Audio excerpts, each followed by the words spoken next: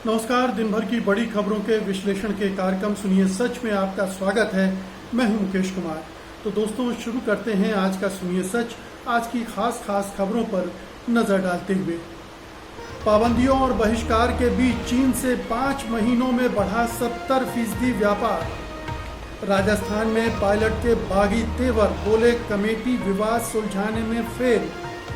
समलैंगिकता के इलाज का दावा करने वालों के लाइसेंस रद्द हों, हाई कोर्ट।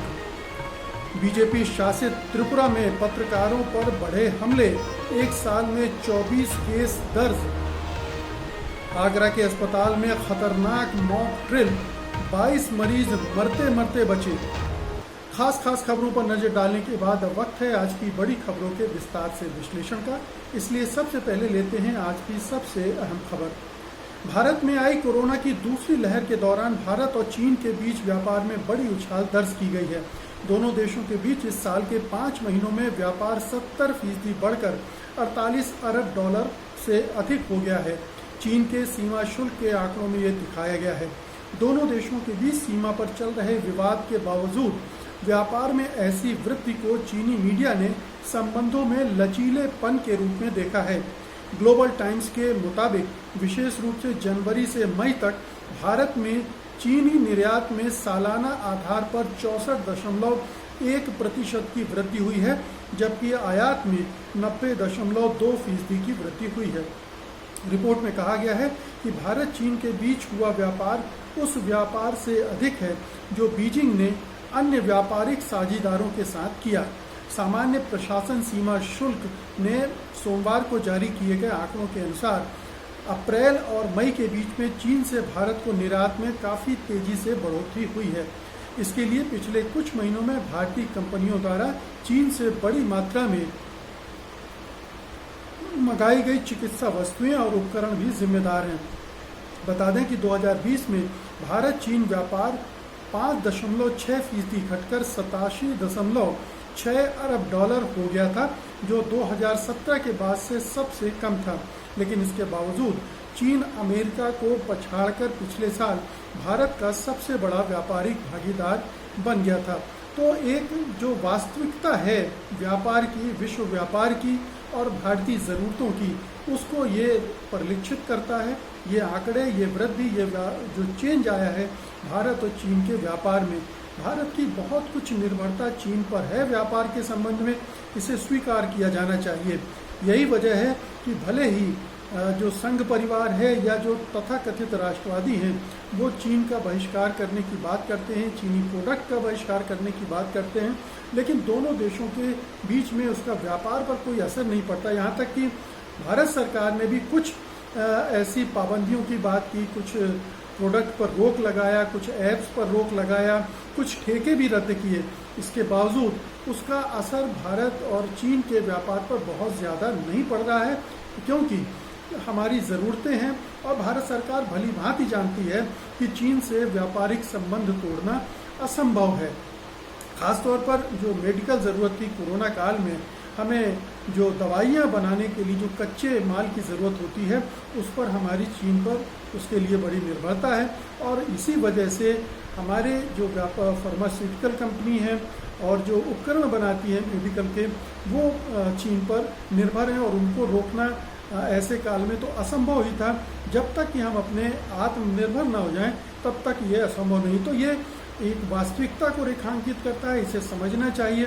भारत सरकार भली भांति समझती है, लेकिन चूंकि ये एक राष्ट्रवाद को उठाने का, उभार करने का एक जरिया बना लिया गया, हथकंडा बना दिया गया है और पब्लिक की भावनाएं इससे भड़क उठती हैं, इसलिए वो इसका इस्तेमाल करती रहती है, चाहे वो भारतीय जनता पार्टी हो या संघ परिवार हो। लेकिन असलियत यही है कि चीन से अभी मुक्ति संभव नहीं है पूरी तरह से, और वैसे भी मुक्ति संभव नहीं होती है क्योंकि अब दुनिया परस्पर निर्भरता पर चल रही है। आप पूरी तरह से हर चीज़ में आत्मनिर्भर नहीं हो सकते हैं। तो इस हकीकत को पहचान के आगे बढ़ना चाहिए। इसका ये मतलब नहीं कि हम अपने पैरों पर खड़े होने की कोशिश बंद कर दें, लेकिन अपने पैरों पे कुल्हाड़ी नहीं मार सकते हैं। दूसरे देशों से कच्चे माल मंगाकर अपने प्रोडक्ट तैयार करने की जो हमारी एक मजबूरी भी है और ज़रूरत भी है, उसको हमेशा ध्यान में रखा जाना चाहिए। अगली खबर लेने से पहले मैं आपसे थोड़ी सी गुजारिश यही करूंगा कि अच्छी पत्रकारिता को समर्थन देने के लिए आपको आगे आना चाहिए और सत्य हिंदी की जो सदस्यता योजना है उसका हिस्सा बनना चाहिए। आप इस वीडियो के साथ दिए गए डिस्क्रिप्शन में जाके सदस्यता योजना का ब्यौरा देख सकते हैं और उसके अनुसार अपने लिए एक सदस्यता चुन सकते हैं।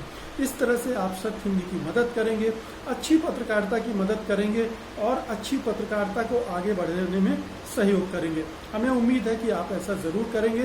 दूसरी गुजारिश ये है कि सत्य हिंदी का ऐप भी है, आप उसको मोबाइल पर डाउनलोड कर लीजिए और इस ऐप के ज़रिए आपको नोटिफिकेशन भी मिलती रहेंगी हमारे कार्यक्रमों की, हमारे प्रोडक्ट की, और उसके आधार पर आप आसानी से उन्हें अपने मोबाइल फ़ोन पर देख सुन पढ़ सकेंगे। आगे बढ़ते हैं। राजस्थान के पूर्व उप मुख्यमंत्री सचिन पायलट ने कहा कि कांग्रेस आलाकमान की ओर से जो कमेटी बनाई गई थी वो मुद्दों को सुलझाने में फेल रही है। उनके इस बयान से पता चलता है कि पायलट फिर से बगावत की तैयारी कर रहे हैं। बीते दिनों में इस बात के संकेत मिले हैं कि राजस्थान कांग्रेस में अशोक गहलोत बनाम सचिन पायलट का सियासी युद्ध फिर से तेज हो सकता है। बीते साल दोनों के बीच हुए सियासी रण में आला कमान कूदा था और उसने कांग्रेस नेताओं की एक कमेटी बनाई थी। उस वक्त कहा गया था कि ये कमेटी गहलोत और पायलट खेमों की बात सुनकर अड़चनों को दूर करेगी, लेकिन पायलट कह रहे हैं कि 10 महीने बाद भी इस दिशा में कुछ नहीं हुआ है। एचपी के मुताबिक पायलट ने कहा, मुझसे कहा गया था कि कमेटी कार्रवाई करेगी, लेकिन 10 महीने बाद भी मुद्दे सुलझ नहीं पाए हैं। पायलट का साफ कहना है कि कांग्रेस आला कमान ने जो वायदे उनसे उस वक्त किए थे उन्हें पूरा करने में वो फेल रहा है। बीते दिनों ही पायलट के करीबी विधायक हेमाराम चौधरी के इस्तीफा देने के बाद कुछ बड़ा सियासी घटनाक्रम होने की आशंकाएं जताई जा रही हैं। इसके अलावा कुछ और विधायकों ने नाराजगी के संकेत दिए हैं। बता दें कि अजय माकन ने पिछले महीने कहा था कि पायलट कांग्रेस के लिए बेहद अहम है, लेकिन पार्टी कुछ नेताओं की इच्छा के हिसाब से नहीं चल सकती है। तो इस तरह से सार्वजनिक रूप से सचिन पायलट ने अगर बोलने का सिलसिला शुरू किया है, उनके समर्थक विधायक भी अगर इस तरह की हरकतें कर रहे हैं, तो साफ दिख रहा है कि पायलट अब फिर से बेचैन हो रहे हैं या उनको बेचैन किया जा रहा है। क्योंकि उस समय भी 2 तरह की थ्योरी आई थी कि ये बीजेपी का ऑपरेशन कमल है जो राजस्थान में कर रही वो पायलट के जरिए सरकार को उलटना और अपनी सरकार बनाने का खेल करना।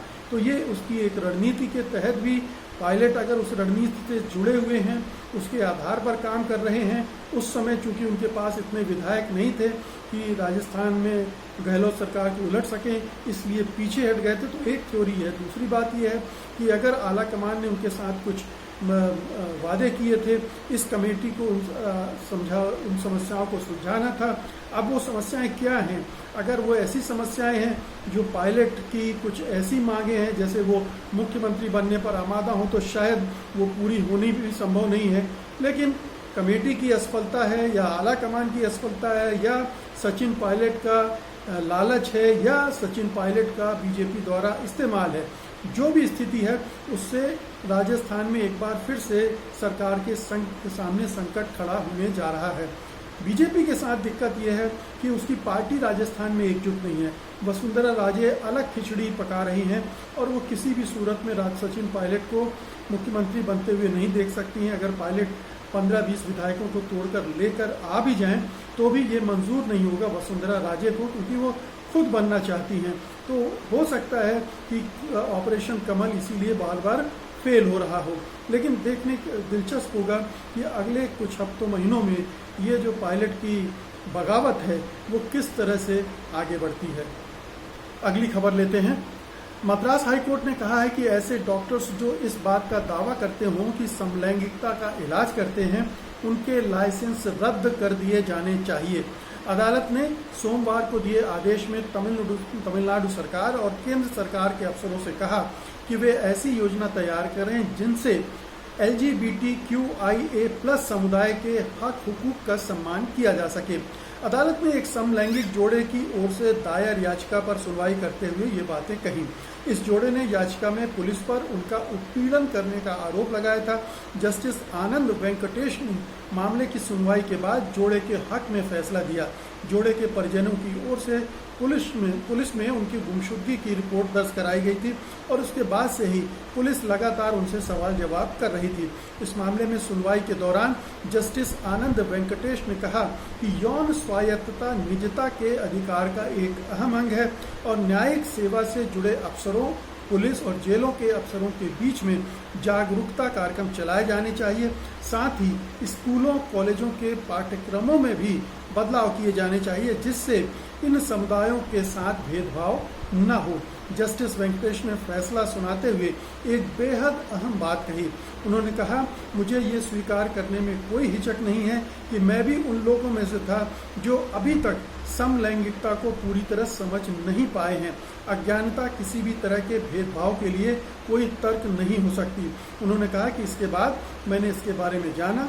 जस्टिस ने कहा कि उन्होंने इस मामले में आदेश को लिखने के लिए एक मनोवैज्ञानिक की सहायता ली थी। तो एक बहुत ही महत्वपूर्ण बात है कि जज भी अपनी कमजोरियों को, अपनी अज्ञानता को इस तरह से सार्वजनिक तौर पर एक्सेप्ट करे, स्वीकार करे और कहे कि मैंने इस चीज़ों की जांच परख करके, जानकारी बढ़ाकर फिर ये फैसला दे रहा हूँ। और ये बड़ा महत्वपूर्ण फैसला है क्योंकि समलैंगिकों के बारे में हमारे समाज में तमाम तरह की भ्रांतियाँ हैं और बहुत सारे जो नीम हकीम हैं या जो देसी इलाज करने के बहाने बहुत सारे दावे करते हैं, वो डॉक्टर कहते हैं कि मानते हैं कि समलैंगिकता एक बीमारी है।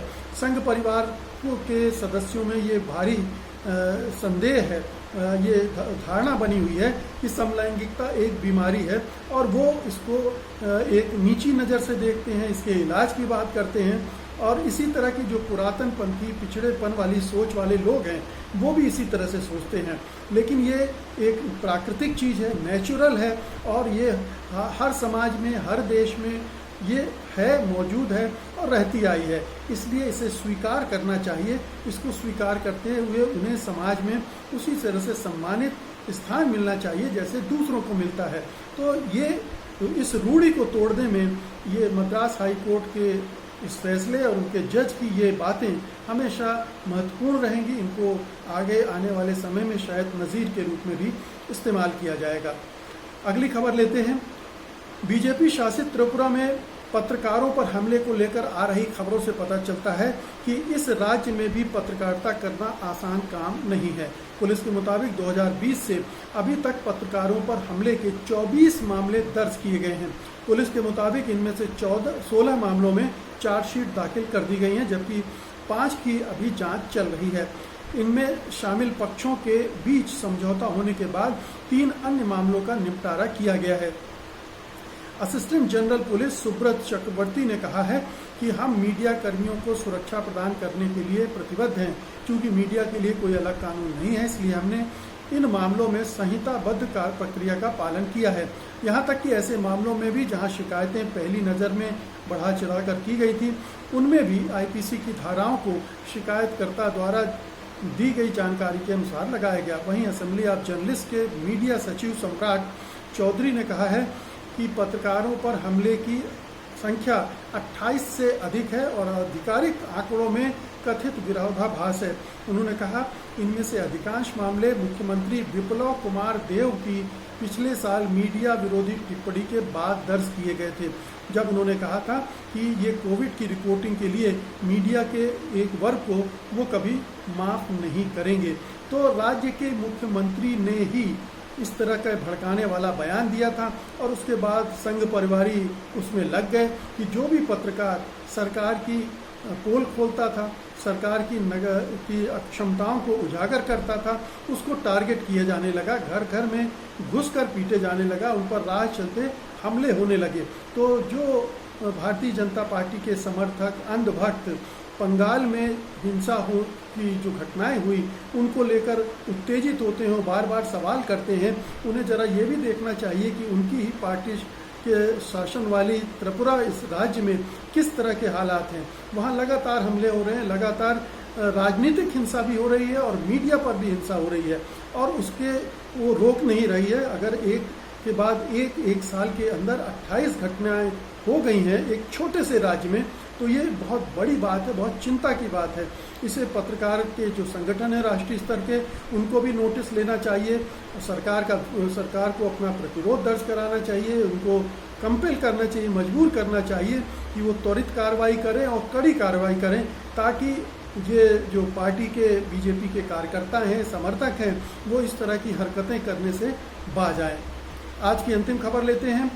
एक ऑडियो क्लिप वायरल हो रहा है जिसमें उत्तर प्रदेश के आगरा स्थित एक अस्पताल के मालिक को ये कहते हुए सुना जा सकता है कि ऑक्सीजन आपूर्ति कम होने की वजह से मॉक ड्रिल करके ये जानने की कोशिश की गई थी कि ऑक्सीजन न मिलने पर रोगियों के साथ क्या हो सकता है।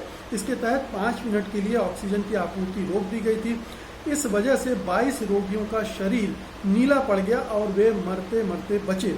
उत्तर प्रदेश पुलिस ने कहा है कि इस मामले की वो जांच कर रही है। आज तक की खबर के अनुसार अस्पताल को सीज भी कर दिया गया है। बता दें, पारस अस्पताल के मालिक अरिंजय जैन ने 28 अप्रैल को बनाए अपने ऑडियो क्लिप में ये दावा किया कि अस्पताल में 26 अप्रैल को ऑक्सीजन सप्लाई 5 मिनट के लिए रोक दी गई थी। इस वीडियो क्लिप में वो कहते हैं, ऑक्सीजन की भारी कमी थी। हमने लोगों से कहा कि वो अपने मरीजों को ले जाएं, लेकिन कोई इसके लिए राजी नहीं हुआ। इसलिए मैंने एक प्रयोग किया, एक मॉक ड्रिल की। 26 अप्रैल की सुबह 7 बजे हमने ऑक्सीजन सप्लाई रोक दी। 22 मरीज हाँफने लगे और उनका शरीर नीला पड़ने लगा। वे इसके आगे कहते कि हम जान गए कि ऑक्सीजन की सप्लाई नहीं होने पर ये बच नहीं पाएंगे। इसके बाद हमने आईसीयू में बचे बाकी 74 मरीजों के परिजनों को अपना ऑक्सीजन सिलेंडर लाने के लिए कहा। बता दें, आगरा के पारस हॉस्पिटल में 26-27 अप्रैल की रात में ऑक्सीजन की कमी से 22 मरीजों की मौत की खबर भी आई थी। मृत मरीजों के परिजनों ने उस वक्त भी अस्पताल पर लापरवाही का आरोप लगाते हुए हंगामा किया था, लेकिन अस्पताल, पुलिस और प्रशासन ने फिर इस खबर का खंडन कर दिया था, खारिज कर दिया था। लेकिन कितना दुर्भाग्यपूर्ण है कि एक हॉस्पिटल का मालिक जो खुद डॉक्टर है, वो इस तरह की मॉक ड्रिल करे। सबको पता है कि अगर जिसे ऑक्सीजन की ज़रूरत है उसकी ऑक्सीजन सप्लाई रोक दी जाएगी तो क्या होगा। ये एक जो मेडिकल का जानकार नहीं है वो भी जानता है कि इसके क्या नतीजे निकल सकते हैं, लेकिन इस तरह का मॉक ड्रिल करना एक बहुत ही ख़तरनाक किस्म का प्रयोग था। और इसके लिए ये जो मालिक हैं अरिंजय जैन इस अस्पताल के, एक तो हॉस्पिटल का लाइसेंस रद्द होना चाहिए, ऐसे लोगों को अरेस्ट किया जाना चाहिए, उन पर मुकदमा चलाया जाना चाहिए कि क्यों उन्होंने 22 लोगों की जानों को खतरे में डाला था। हो सकता है कि हॉस्पिटल पर दबाव हो, उसके पास ऑक्सीजन ना हो, मरीज के जो रिश्तेदार हैं वो उनको ले जाने के लिए तैयार ना हो, वो हॉस्पिटल पर डिपेंड कर रहे हों, तमाम तरह के दबाव बने हों। लेकिन इन दबावों के बीच में अगर इस तरह के प्रयोग किए जाएं और मौत हो जाए मरीजों की, तो सोचिए क्या हालत होगी। तो ये बहुत दुर्भाग्यपूर्ण घटना है और राज्य सरकार को इस पर कड़ी से कड़ी कार्रवाई करनी चाहिए। तो दोस्तों, ये थी आज की खास खबरें। उम्मीद है कि आपने इन्हें पसंद किया होगा। आप इस वीडियो को लाइक करेंगे और बड़े पैमाने पर शेयर भी करेंगे। अब मुझे अनुमति दीजिए, कल मैं फिर हाजिर होऊंगा कल की खास खबरों को लेकर, उनके विश्लेषण के लिए। तब तक के लिए नमस्कार, जय हिंद। सत्य हिंदी का ऐप डाउनलोड करें गूगल प्ले स्टोर पर।